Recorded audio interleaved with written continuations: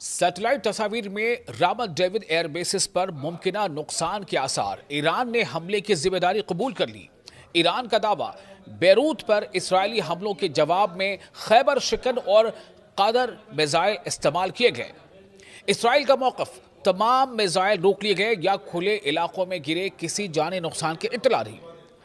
Iran और Israel के दरमियान कशीदगी एक बार फिर शिद्दत अख्तियार कर गई है। ईरानी मिसाइल हमले के बाद सामने आने वाली सैटेलाइट तस्वीर ने शुमाली इसराइल में यानी नदर्न इसराइल में वाक़ा रामत डेविड एयर बेसिस को नुकसान पहुंचने के इशारे दिए हैं। ईरान का कहना है कि यह हमला बेरूत के जनूबी मज़ाफ़ात पर इसराइली हमलों के जवाब में किया गया है। शुमाली इसराइल में वाक़ रामत डेविड एयर बेसिस एक बार फिर खबरों की जीनत बन गई हैं, क्योंकि जहां ईरानी बैलिस्टिक मिसाइल हमले के बाद नुकसान के आसार सामने आए हैं। यूरोपीय कमीशन के सैटेलाइट सेंटिनल-2 से हासिल होने वाली तस्वीरों में एयर बेस के एक हिस्से पर गैर मामूली तब्दीली देखी गई है, जिससे अंदाज़ा लगाया जा रहा है कि हमले के दौरान एक हैंगर को निशाना बनाया गया है। ईरान की इस्लामी इनकलाबी गार्ड कोर यानी IRGC ने तस्दीक की है कि रामत डेविड एयर बेसिस को निशाना बनाया गया है। ईरानी हुक्काम के मुताबिक इस कार्रवाई में खैबर शिकन और कादर तर्ज के बैलिस्टिक मिसाइल इस्तेमाल किए गए हैं। यानी ईरान ने इसराइल पर न सिर्फ कि हमला किया है, बल्कि इसराइल में तबाही भी मचाई है।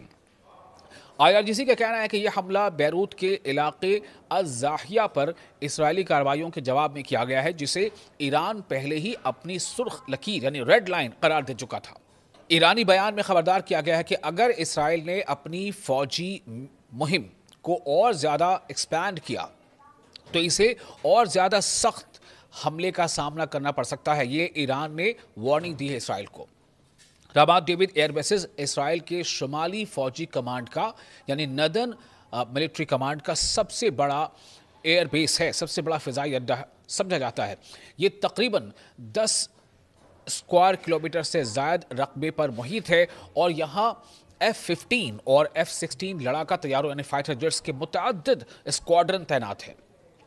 इस अड्डे की तारीखी अहमियत भी खास नुमाया है। दूसरी जंग अज़ीम यानी सेकेंड वर्ल्ड वॉर के दौरान बरतानवी अफवाज ने 1942 में इसकी तामीर की थी, जबकि 1948 में इसे इसराइली फ़ौज के हवाले कर दिया गया। बादशाह ये इसराइल की कई अहम मिलिट्री ऑपरेशंस का सेंटर बन गया। रीजनल जो मज़ाहमत है और इलाकाई जो फाइटर ग्रुप्स हैं, उनकी जानिब से भी इस एयर बेस को माजी में मुतअद्दिद बार यानी कई बार निशाना बनाया जा चुका है। हिज़्बुल्लाह ने 2024 में इस पर मिसाइल हमलों का दावा किया था, जबकि इराक की इस्लामी रेजिस्टेंस ग्रुप ने भी ड्रोन हमलों की जिम्मेदारी कबूल की थी। दूसरी जानिब इसराइली फ़ौज का स्टैंड ये है कि हमले में दागे गए तमाम मिसाइल या तो रोक लिए गए या खुले इलाकों में गिरे हैं।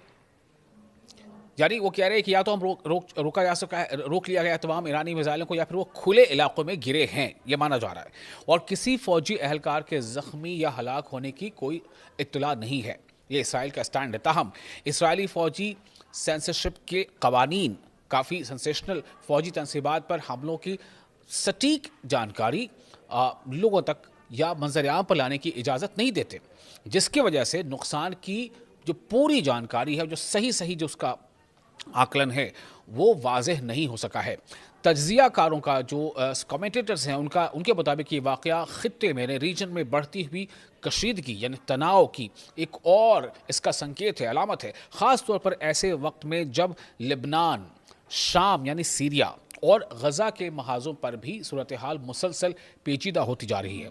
उधर यमन से भी इसराइली अहदाफ की जानिब 2 बैलिस्टिक मिसाइल दागे जाने की इत्तलात सामने आई हैं। यमन यानी आपको पता है ना, हौसी फाइटर्स भी और यमनी हुकूमत भी, 2 वहाँ से मिसाइल दागे जाने की खबर आ रही है, वो भी बैलिस्टिक मिसाइल, जिससे ये खदशात मज़ीद बढ़ गए हैं कि इलाकाई तनाज़ा एक वसी तर महाज़रा यानी एक बड़े जंग के मोर्चे की शक्ल इख्तियार कर सकता है।